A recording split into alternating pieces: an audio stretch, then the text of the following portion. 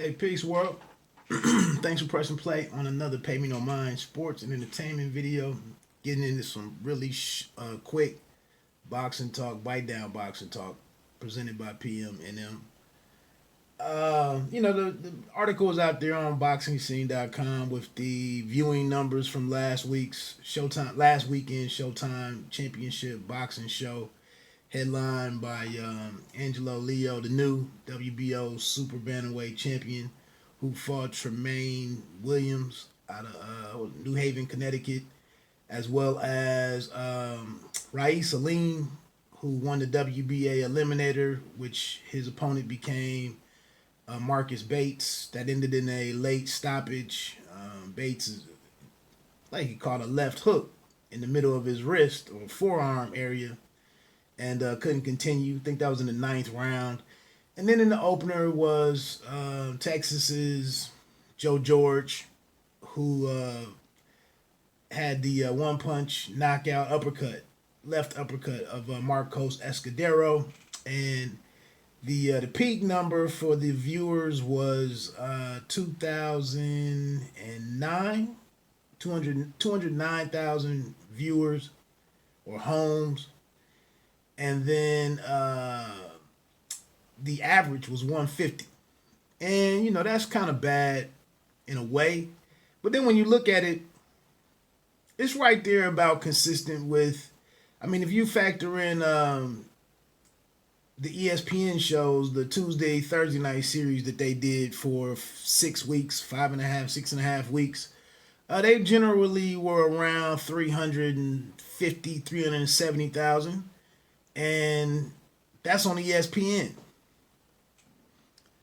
Now that was a Tuesday and a Thursday night on ESPN, but again, not really so hateful for Showtime. They lost their main event. It'd be interesting to see what kind of impact Stephen Fulton Jr. falling out was. It was another 20,000, maybe 15,000. I don't know, but the funny thing was leading up to the fight, with the bigger boxing channels, the people with the bigger platforms, the biggest stories for the entire week were,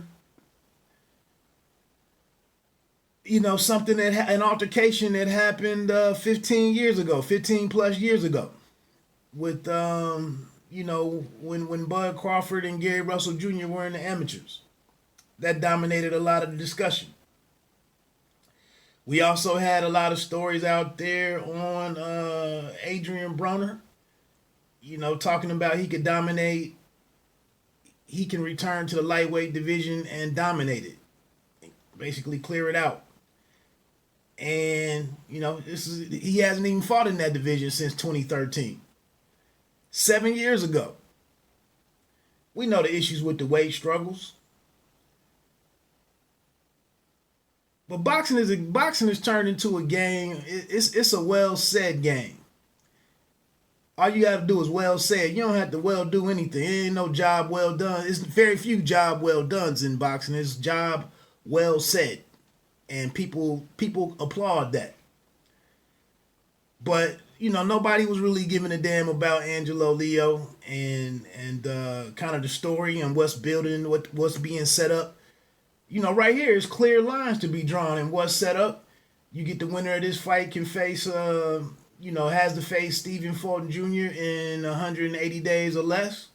And then Salim is a guy who positions himself, for the winner of that fight, Leo and Fulton Jr., or, for the WBA title.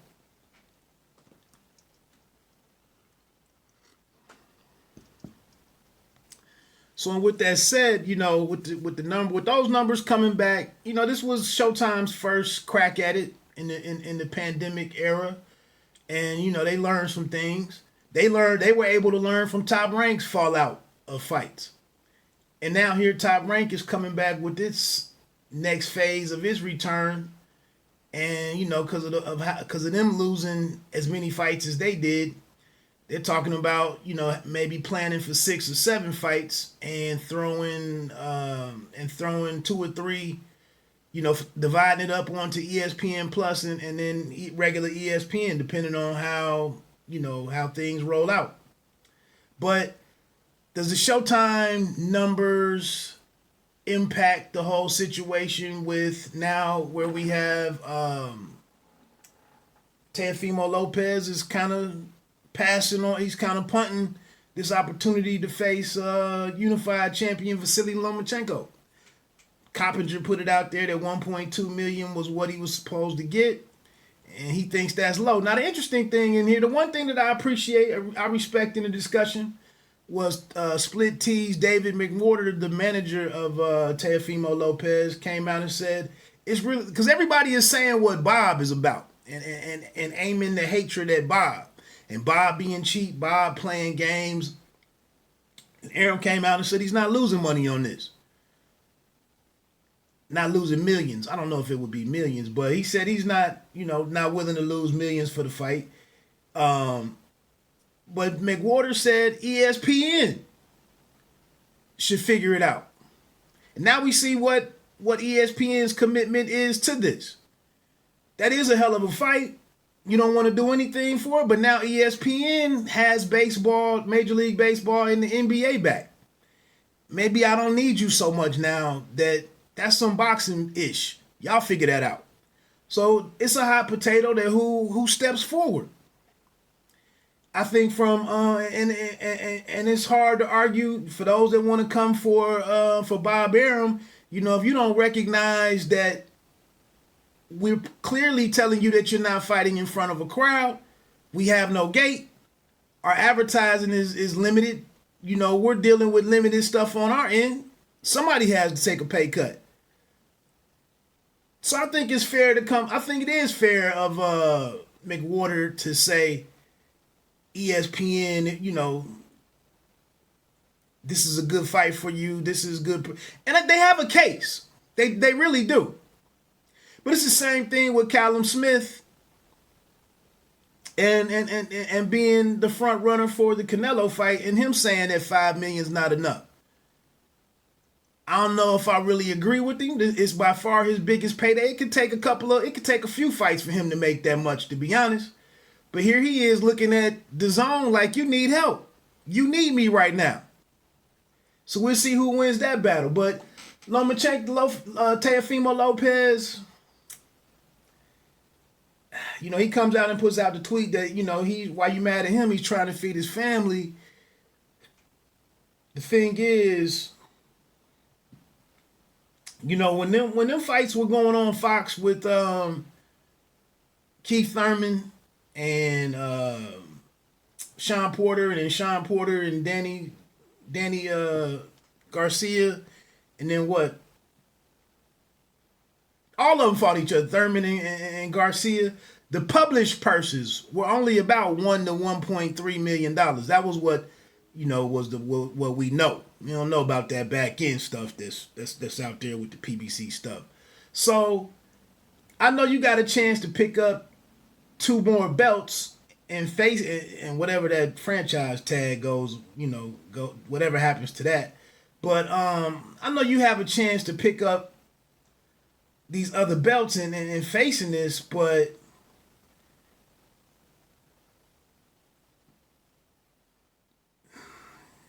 to make 33% of what Lomachenko is making, I've seen it worse. And then the reality becomes, you switch it up and go in another direction and get you another fight. Do they bring in some Eastern Euro guy? Do they bring some familiar name from, the States that has virtually no chance in beating you? I don't know how they, I don't know how you value this and who wins and who can negotiate what. But again, without without any outlook in terms of when boxing might return with crowds and all of that, you just might not. You might have to get what you can get, or sit it out, and get 100% of nothing. So like I said, To come out here and say it's all Bob's fault. Again, we got all of these armchair and keyboard promoters who've never held an event in their life, and who've never negotiated a purse and looked at none of it, and just people just sit out here just saying stuff, just typing stuff.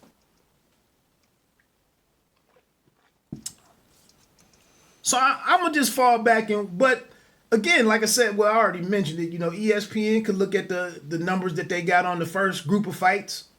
You can watch what Showtime is doing. You can watch how well that's received. We have Fox Sports coming back this weekend with the James and Delorme fight.